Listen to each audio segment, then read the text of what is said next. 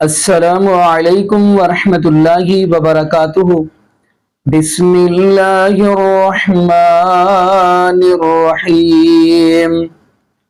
جی ناظرین، آج ہم جس حوالہ سے گفتگو کرنے جا رہے ہیں، آپ کو ناظرین اس بات کا علم ہوگا کہ مفتی طارق مسعود حافظہ اللہ تعالیٰ کی ذرا سی مسٹیک کے اوپر کیسے شور شرابہ مچا ہوا ہے، تو ابھی تک چل رہا ہے۔ تو ناظرین اسی والا سے آج ہم ایک اہل حدیث کے مناظر ہیں، حافظ عمر صدیق حافظہ اللہ تعالی، بہت بڑے وہ مناظر ہیں، تو انہوں نے بھی مفتی طارق مسعود حافظہ اللہ تعالی کا ساتھ دینے کے لیے اعلان کیا ہے۔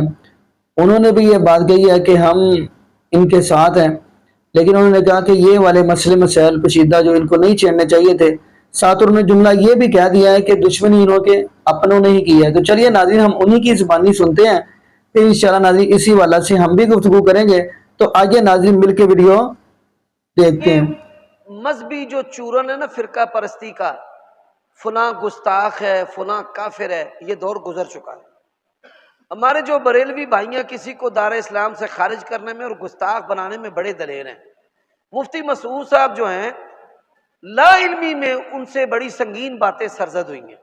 ان کو ایسی باتیں نہیں کہنی چاہیے تھی، بلکہ ہم نے چند جمعے پہلے ان کو یہ نصیحت کی تھی کہ آپ پیچیدہ مسائل کو منہ نہ لگایا کریں۔ مفتی موجود ہیں، آپ ان کی طرف دارالافتاء کی طرف لوگوں کو بھیج دیں۔ واعظ جو ہے، عام جو علماء، بڑے علماء کی نسبت عام عالم ہے ہم جیسا، بھئی اس کو سیدھی سیدھی بات قرآن کی اور سنت کی کرنی چاہیے، فلسفیانہ باتیں نہیں کرنی چاہیے۔ تو قرآن مجید کے بارے میں، صحابہ کے بارے میں ان سے بڑی سنگین باتیں جو ہیں وہ نکل گئی ہیں، اللہ ان کو معاف کر دے۔ لیکن ان کے خلاف یہ جو محاذر آئی ہے، یہ ان کی جماعت نہیں کی ہے، وہ اپنوں میں بیٹھ کے ہی بات کر رہے تھے نا، اہل حدیثوں میں تو نہیں بیٹھے تھے، بریلویوں میں تو نہیں بیٹھے تھے۔ تو دیوبندی یہ تقسیم ہے سیاسی طور پہ، کچھ پی ٹی آئی کے حامی ہیں، کچھ مولانا فضل الرحمان کے حامی ہیں۔ تو ان کا ملان مجھے پی ٹی آئی کی طرف لگتا ہے، عمران خان کی طرف۔ تو وہ مولانا فضل الرحمان صاحب کی جماعت کے کئی لوگوں نے پھر ان کے خلاف جو ہے وہ بڑی پوسٹیں وائرل کی۔ ایسا نہیں ہونا چاہیے بھائی، ان معافی ان کو اللہ سے مانگنی چاہیے۔ کوئی مسلمان گستاخ نہیں ہوتا، یہ گستاخ والا کھیل جو ہے نا، ہم بھی کھیلتے رہے ہیں، اللہ تعالیٰ ہمیں معاف کر دے۔ کوئی دیوبندی ہے، بریلوی ہے، اہل حدیث ہے، شافعی، مالکی، حنبلی، حنفی ہے، کوئی مسلمان رسول اللہ کی گستاخی نہیں کر سکتا۔ کس کی جرت ہے؟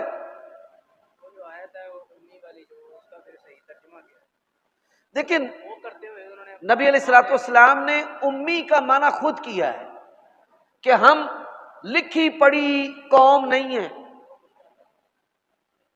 اور یہ بات بھی یاد رکھیں، ہمارے دیہاتوں میں کئی بندے اسکول ایک دن بھی نہیں جاتے، لیکن اپنا نام لکھ لیتے ہیں، اردو کے کئی حروف پڑھ لیتے ہیں، ان کو پتہ چل جاتا ہے کہ یہ میرے بیٹے کا نام ہے۔ اب میرے بچے ہیں، چھوٹے اسکول میں جاتے ہیں، پریپ میں یا کے جی میں، تو ان کو نہیں پتا، لیکن ان کو یہ پتا ہے کہ یہ لفظ ہمارے باپ کا نام ہے۔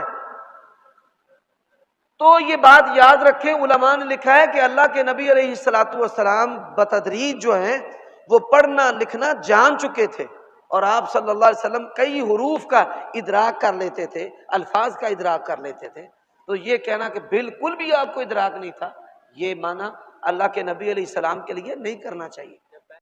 جی ناظرین، آپ نے یہ ویڈیو ملاحظہ فرمائی۔ تو ناظرین یہی تو مین چیز ہوتی ہے۔ پہلے نمبر پہ دیکھے قرآن کہہ رہا ہے کہ یہ جو دنیا ہے، وَمَا الْحَيَاةُ الدُّنْيَا إِلَّا مَتَاعُ الْغُرُورِ، دنیا عارضی ہے، دھوکے کا سامان ہے۔ دیکھیں ناظرین، یہ وہی بندہ ہے مفتی طارق مسعود، ساری عمر اس نے اللہ کے قرآن اور نبی پاک صلی اللہ علیہ وسلم کے فرمان کی بات کی ہے، ذرا سی مسٹیک کے اوپر کیسے ان کے اوپر لوگ برس پڑے ہیں۔ اور اگلی بات، حتیٰ کہ معاذ اللہ قتل کی دھمکیاں، پھر انہوں نے رجوع بھی کر لیا، جبکہ اللہ پاک توبہ کرنے والے کو بہت پسند کرتا ہے۔ رجوع کرنے کے بعد ناظرین اکثر یہ جملہ کہتے ہوتا ہے کہ نا، سازش جو ہوتی ہے نا، حسد جو ہوتا ہے وہ اپنے ہی کرتے ہیں، بیگانوں کے اندر کیا مسئلہ ہے کہ وہ حسد کریں؟ یہ حسد جو ہوتا ہے نا، اپنے ہی کرتے ہیں، کیونکہ ان کو پتہ ہوتا ہے اب حسد نبی پاک صلی اللہ علیہ وسلم نے فرمایا حسد جو ہے نا وہ نیکیوں کو ایسے کھا جاتا ہے جیسے سوکھی لکڑیوں کو آگ کھا جاتی ہے. یعنی پنجابی میں سمجھ لے بندہ آنے کا نہیں رہندا. حسد تو کرتا ہے لیکن کس سے آنے کا بندہ نہیں رہندا. اگلی بات امام غزالی رحمۃ اللہ نے بڑی کمال کی لکھی ہے. وہ کیا لکھتے ہیں؟ لکھتے ہیں کہ ایک بندہ تھا وہ بادشاہ کی بڑی خدمت کرتا تھا اور ایک حاسد باہر سے اٹھ گیا. باہر ایک حاسد اٹھ کھڑا ہوا. وہ کہنے لگا کہ بادشاہ اس کی بڑی خدمت کرتا ہے, بڑا خیال کرتا ہے, اس کو اچھا کھلاتا ہے, اچھا پہناتا ہے. اب اس کے دل میں یہ بات آئی کہ کیوں نہ بادشاہ کو اس کے مخالف کر دوں. اس نے کیا کیا, وہ جو بادشاہ کا نوکر تھا اس کو گھر میں بلا کر یعنی تھوم پیاز کھلا دیا. تو جا کے بادشاہ کو یہ بندہ کہنے لگا جی آپ کا جو نوکر ہے غلام ہے جس کی آپ بڑی خدمت کرتے ہیں, کھانا کھلاتے ہیں, پھر اچھا پہناتے ہیں, وہ کہہ رہا ہے کہ بادشاہ کے منہ سے بدبو آتی ہے. اچھا ان کو کیا کہ واپس آ گیا, اس کو بیچارے کو پیاز کھلا کے واپس بھیج دیا. اب اس کے یہ جو نوکر ہے اس کے منہ سے خود بدبو آ رہی تھی. اس نے جا کے بادشاہ کے پاس جا کے اپنے منہ پہ ہاتھ رکھ لیا کہ میری وجہ سے بادشاہ کو بدبو نہ آئے. تو بادشاہ نے یہ سمجھ لیا کہ وہ جو بندہ کہہ گیا وہ صحیح کہہ گیا ہے, اس نے منہ پہ ہاتھ اس لیے رکھا ہے کہ اس کو میری وجہ سے میرے سے بدبو آتی ہے. تو کیا بادشاہ نے ایک لیٹر لکھ دیا. امام غزالی رحمۃ اللہ لکھتے ہیں کہ چٹھی لکھ دی کہ یہ لے جاؤ وزیر کے پاس پہنچا دو. تو اس کے اوپر کیا لکھا ہے؟ اس کے پاس یہ لکھا ہوتا ہے جو بندہ چٹھی لے کر آئے نا, لیٹر لے کے آئے, خط لے کے آئے, اس کو ذبح کر کے اس کی لاش کے اندر توڑی بھر کے میرے پاس بھیج دیں. اب وہ نوکر لے کے چل پڑا تو رستے میں پھر حاسد ہی کھڑا تھا. حاسد نے یہ سمجھا شاید بادشاہ نے اس کو انعام دیا, تو وہ لیٹر پکڑا اس نے زبردستی.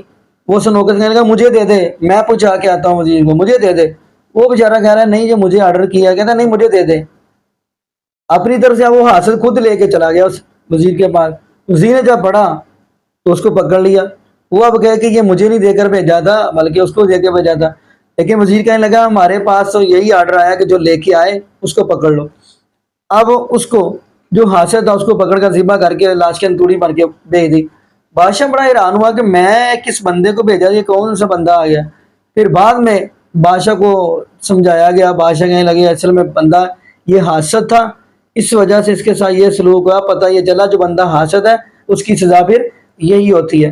تو ناظرین دعا کریں اللہ پاک ہمیں حسد جیسی لعنت سے محفوظ فرمائے, اور یہ بھی دعا کریں اللہ پاک ہمیں نبی پاک صلی اللہ علیہ وسلم کی شریعت کے مطابق زندگی گزارنے کی توفیق دے. اور یہ بھی دعا کریں جتنے بھی بے اولاد جوڑے ہیں اللہ پاک سب کو نیک نورینہ صحت تندرستی والی ایمان والی لمبی زندگی والی اولاد عطا فرما دے.